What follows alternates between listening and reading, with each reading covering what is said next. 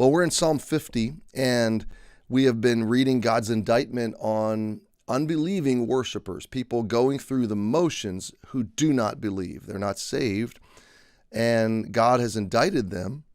And then he promised, really, the reader that he will reprove, verse 21, and he will set them in order before thine eyes. So if you're an unbeliever, the warning is you can't play this game. God knows the game, and he wants you to be saved.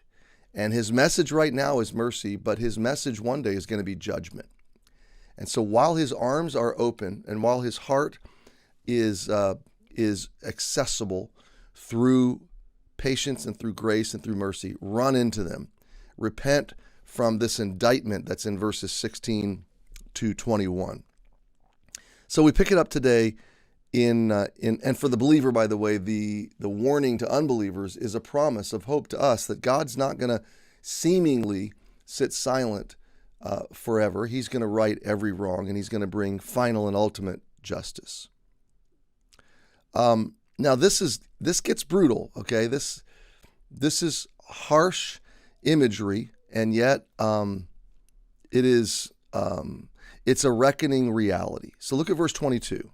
Now consider this, ye that forget God, lest I tear you in pieces, and there be none to deliver. Say, what kind of God would threaten to tear somebody in pieces? Another version says, repent, all of you who forgot me, or I will tear you apart, and none will help you. So, same sense, same imagery, same reality. What kind of God threatens to tear someone apart? Well, a very good, a very loving, a very gracious, a very merciful, a very long-suffering God, when he's given no other alternative.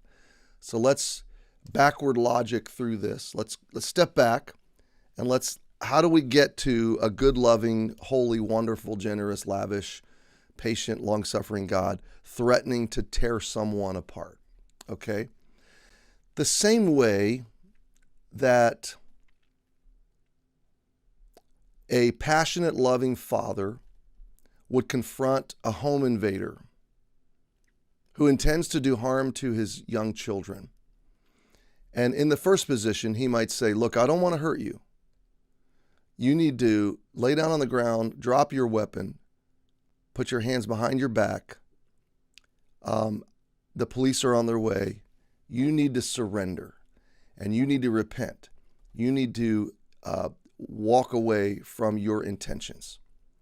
Now, if that invader, if that wicked, malicious, murderous, bloodthirsty individual stops under that threat, under that warning, I should say, and lays down till the police get there, then he's going to be taken into custody, and the system will deal justly with that person, right?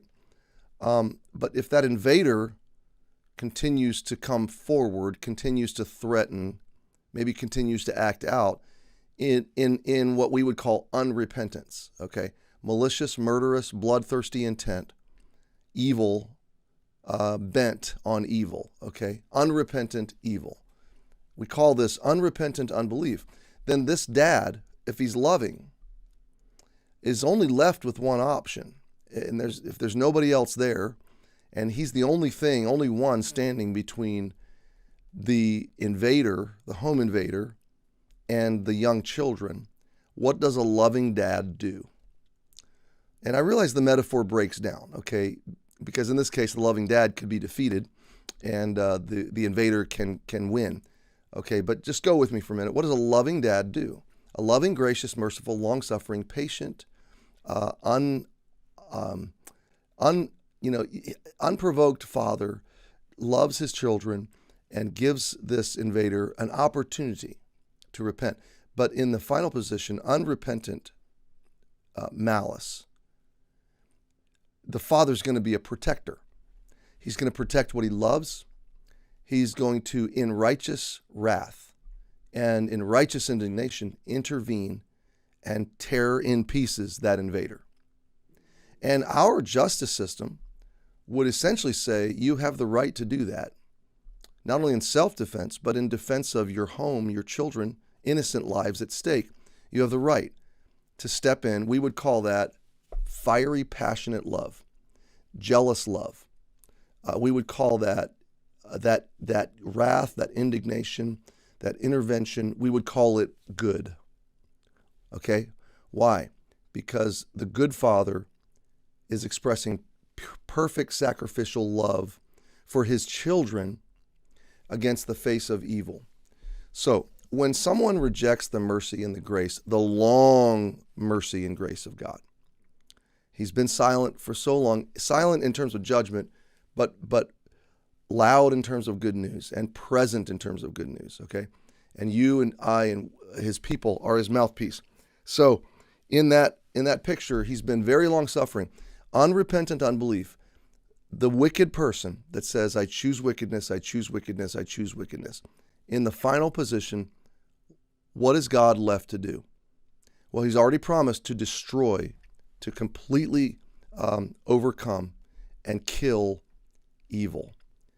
So someone that chooses evil over him, over his mercy and grace, gets caught up in that same judgment by virtue of God's goodness, purity, excellence, justice. There's no other alternative. So they're sealing their own fate, and this psalm is not God being mean or inconsistent with his character. This psalm is God being merciful and gracious and giving them fair warning that they have two alternatives.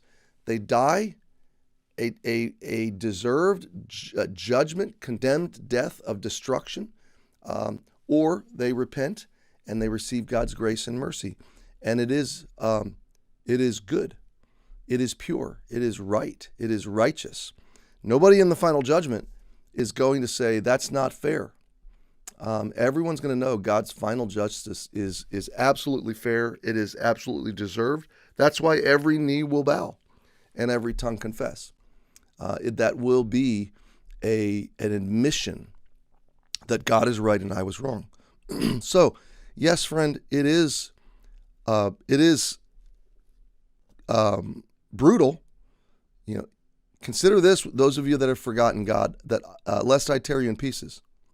But think of this. He's saying, consider, come back, repent, reconsider, turn back before I tear you up. Before I have to, you're going to force me. It's no different than a police officer holding a gun at a criminal that's aiming a gun at him. He says, drop your gun, drop your gun, I don't want to shoot you, drop your gun, And that criminal continues aggression. He's got no choice but to shoot and protect innocent life. So in that position, look at the last part of verse 22. There is none to deliver, okay? There's no other alternative. So it's a warning, but it is a warning filled with patient, long-suffering, grace, mercy, love, and the generous offer of God. Reconsider, come back to me. I want to deliver you. All of the wicked, I want to deliver you because there is none else. Hey, share that message with somebody today.